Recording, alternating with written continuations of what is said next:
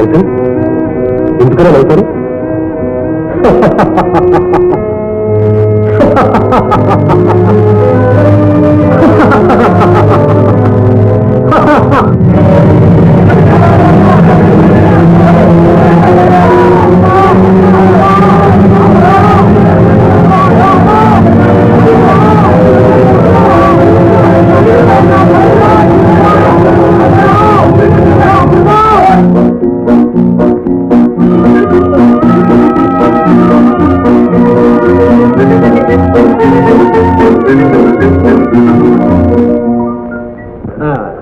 మూర్తి, ఇదిగో నీ appointment letter. Thank you sir. నేను మీరు ఎలాంటికి మర్చిపోలేదు. That's all right. రేపే డ్యూటీలో జాయిన్ అవుతావు? Yes sir. సార్ రేపే? ఏం లేదు సార్, ఒక్కసారి ఇంటికి వెళ్ళి ఒకేసారి ఇల్లాలను కూడా తీసుకొచ్చేస్తానంటాం. ఇల్లాలా? అదే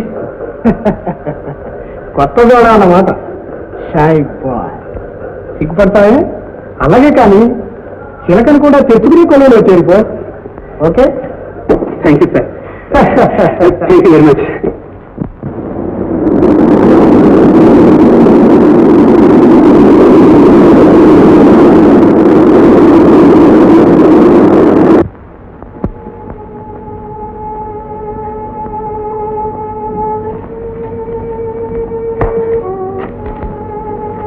ఏంటి ఘోరం? అమ్ముతుంది ఇంకెక్కడ ఉంటాను ఆయన.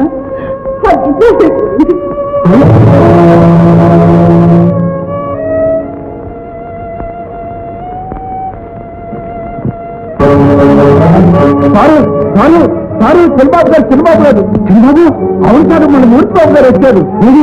ఆ పుల్ల ఇంటి దగ్గర ఉంటారు సార్. వచ్చారా అబ్బాయి? వచ్చారా? వచ్చారు. మూర్తి వచ్చారా? మూర్తి నాయన మూర్తి.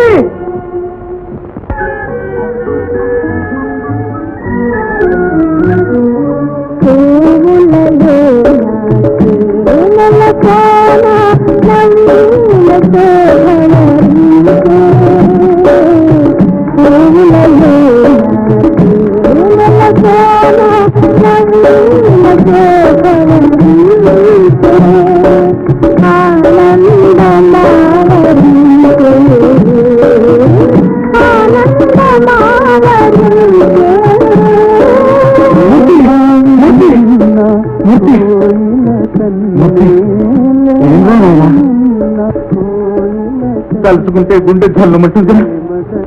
పాపం, ఆ అమృతం ఎంత మంచి పిల్లరా. ఇటువంటి ఘోరమైన సాగు విరోధులు కూడా రాకూడదు. ఇప్పటికీ నా కాళ్ళు అర్థం లేదు. ఆ వెర్రి చూపులేమిట్రా? ఈశ్వరేచ్ఛ అలా ఉంటే ఎవరేం చేయగలని చెప్పు. నాయన రా, పోదాంరా. నువ్వు లేని ఇల్లు బోసిపోతుంది. ఒక్కగానొక్క కొడుకుంది, ఒక్కగానొక్క కొడుకు. ఇదిగో నీ కొడుకు. అంత మాట అనుకురా. నీకేం తక్కువ? ఇంట్లో ఉండే డబ్బంతా తీసుకో, నీ ఇష్టం వచ్చినట్టు వాడుకో. నీకు మనకు వచ్చిన పిల్లలు కట్టుకో, ఎంత డబ్బైనా సరే. చాలే, డబ్బుతో ప్రయోజనం పొందాలనుకుంటున్నావు. అంతగా కొడుకులు ఎవరికైతే డబ్బు ఇంకా కొడుకులు కనుకో.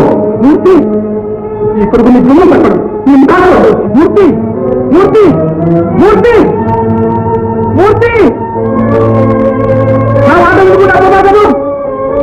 సరే పో, నీ పాత కుక్కలు కూడా బాగు. నీ ముఖాన్ని అంటే రాసిపెట్టింది అలాగే జరుగుతుంది. నాకు కొడుకు లేడు, కుమ్మ రాగలేడు. నా కొడుకు చచ్చారనుకుంటాను. పో పో.